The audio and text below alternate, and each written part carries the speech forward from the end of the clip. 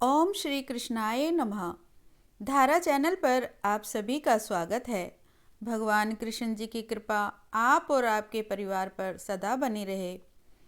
आज हम षटतिला एकादशी का पूजन कैसे करें, षटतिला एकादशी का महत्व और षटतिला एकादशी की कथा का श्रवण करेंगे। अभी तक आपने धारा चैनल को सब्सक्राइब नहीं किया है तो सब्सक्राइब करें, बेल का आइकन प्रेस करें। इससे आपको आने वाली ज्ञानवर्धक वीडियोस का नोटिफिकेशन मिलता रहेगा। षटतिला एकादशी। एक समय दालभ्य ऋषि ने पुलस्त्य ऋषि से पूछा कि हे महाराज, पृथ्वीलोक में मनुष्य ब्रह्म हत्या आदि महान पाप करते हैं, पराये धन की चोरी और दूसरे की उन्नति देखकर ईर्ष्या भी करते हैं, साथ ही अनेक प्रकार के व्यसनों में भी फंसे रहते हैं, फिर भी उनको नरक प्राप्त क्यों नहीं होता? इसके पीछे क्या कारण है? वे ना जाने कौन सा दान पुण्य करते हैं जिससे उनके सभी पाप नष्ट हो जाते हैं। इस विषय में आप विस्तार पूर्वक कहिए। पुलस्त्य मुनि कहने लगे कि हे महाभाग, आपने मुझसे अत्यंत गंभीर प्रश्न पूछा है। इससे संसार के सभी जीवों का अत्यंत ही भला होगा। इस भेद को ब्रह्मा, विष्णु, रुद्र तथा इंद्र आदि भी नहीं जानते, परंतु मैं आपको यह गुप्त तत्व अवश्य ही बतलाऊंगा। उन्होंने कहा कि माघ मास लगते ही मनुष्य को स्नान आदि करके शुद्ध रहना चाहिए। इंद्रियों को वश में करके काम, क्रोध, लोभ, मोह, अहंकार, ईर्ष्या तथा द्वेष आदि का भी त्याग करना चाहिए और भगवान के स्मरण में लगा रहना चाहिए। पुष्य नक्षत्र में गाय के गोबर में कपास, तिल मिलाकर उनके कंडे बनाना चाहिए। उन कंडों से 108 बार हवन करना चाहिए। उस दिन यदि मूल नक्षत्र हो और एकादशी तिथि भी हो तो और अधिक पुण्य प्राप्त होते हैं। स्नान आदि नित्य कर्म से निवृत्त होकर सब देवताओं के देव श्री भगवान का पूजन करें और एकादशी व्रत का संकल्प करें। रात्रि को जागरण भी करना चाहिए। उसके दूसरे दिन धूप, दीप, नैवेद्य आदि से भगवान का पूजन करके तत्पश्चात पेठा, नारियल, सीताफल या सुपारी का अर्घ्य देकर उनकी स्तुति भी करनी चाहिए। हे भगवान, आप दीनों को शरण देने वाले हैं, इस संसार सागर में फंसे हुओं का उद्धार करने वाले हैं।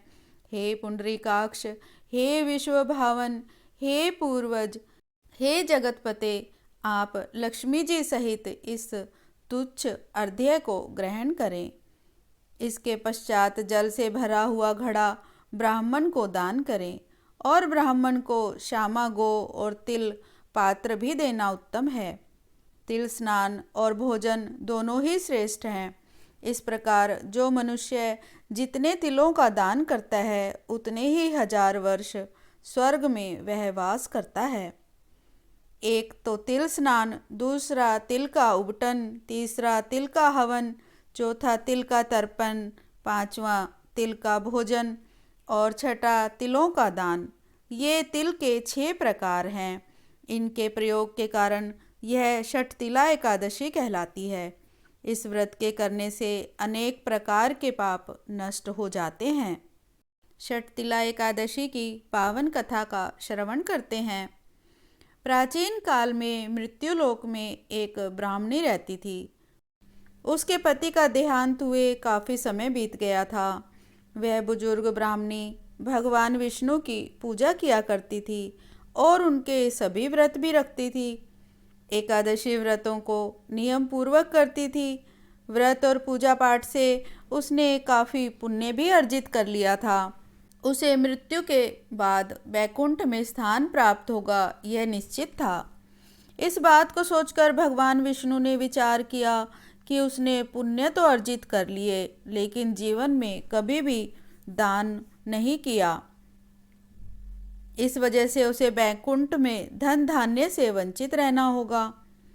एक बार जब षटतिला एकादशी का व्रत था, तब भगवान विष्णु ने एक गरीब ब्राह्मण का स्वरूप धारण किया और ब्राह्मणी के घर भिक्षा मांगने के लिए पहुंच गए। ब्राह्मणी ने षटतिला एकादशी का व्रत रखा था। वह भगवान विष्णु की पूजा कर रही थी। आवाज़ सुनकर वह घर से बाहर आई और उस गरीब ब्राह्मण को अन्न दान भी नहीं दिया, बल्कि मिट्टी का एक टुकड़ा दे दिया। भगवान विष्णु वह लेकर वापस आ गए।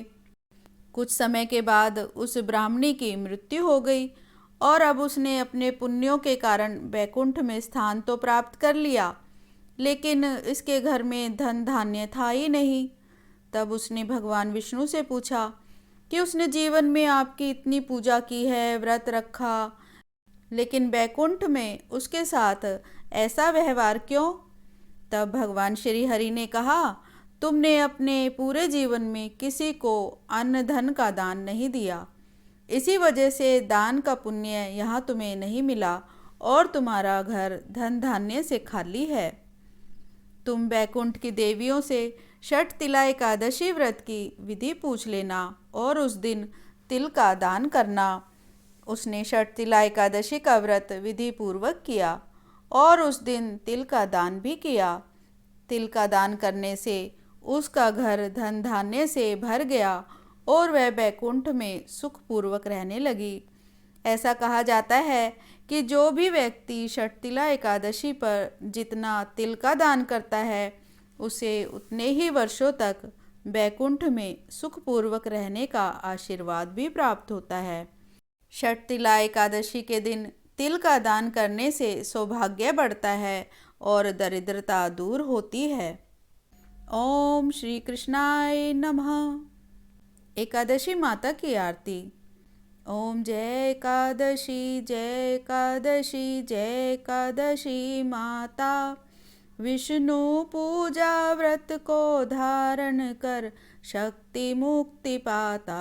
ओम जय एकादशी माता, तेरे नाम गिनाऊं देवी, भक्ति प्रदान करनी, गण गौरव की देनी माता, शास्त्रों में वर्णी। ओम जय एकादशी माता, मार्ग शीर्ष के कृष्ण पक्ष की उत्पन्ना, विश्व तारणी जन्मी, शुक्ल पक्ष में हुई मोक्षदा, मुक्तिदाता बन आई। ओम जय एकादशी माता, पोष के कृष्ण पक्ष की सफला नामक है, शुक्ल पक्ष में होए पुत्रदा, आनंद अधिक रहे। ओम जय एकादशी माता, नाम षटतिला माघ मास में कृष्ण पक्ष आवे, शुक्ल पक्ष में जया कहावे, विजय सदा पावे। ओम जय एकादशी माता, विजया फागुन कृष्ण पक्ष में शुक्ला आमल की, पाप मोचनी कृष्ण पक्ष में चैत्र महाबली की। ओम जय एकादशी माता, चैत्र शुक्ल पक्ष में नाम कामदा, धन देने वाली, नाम वरूथिनी कृष्ण पक्ष में बैसाख महावाली। ओम जय एकादशी माता, शुक्ल पक्ष में होए मोहिनी, अपराजेष्ठ कृष्ण पक्षी, नाम निर्जला सब सुख करनी, शुक्ल पक्ष राखी। ओम जय एकादशी माता, योगिनी नाम आषाढ़ में जानो, कृष्ण पक्ष करनी, देव शयनी नाम कहायो, शुक्ल पक्ष धरनी। ओम जय एकादशी माता, कामिका श्रावण मास में आवे, कृष्ण पक्ष कहिए, श्रावण शुक्ला होए पवित्रदा, आनंद से रहिए। ओम जय एकादशी माता, अजा भाद्रपद कृष्ण पक्ष की प्रवर्तनी शुक्ला, इंद्रा अश्विन कृष्ण पक्ष में व्रत से भव सागर निकला। ओम जय एकादशी माता, पापांकुशा है शुक्ल पक्ष में आप हरणहारी, रमा मास कार्तिक में आवे सुखदायक भारी। ओम जय एकादशी माता। देवोत्थानी शुक्ल पक्ष की दुख नाशक मैया। पावन मास में करूं विनती पार करो नैया। ओम जय एकादशी माता। परमा कृष्ण पक्ष में होती जन मंगल करनी। शुक्ल मास में होए पद्मनी दुख दारिद्र हरनी। ओम जय एकादशी माता। जो कोई आरती एकादशी की भक्ति सहित गावे।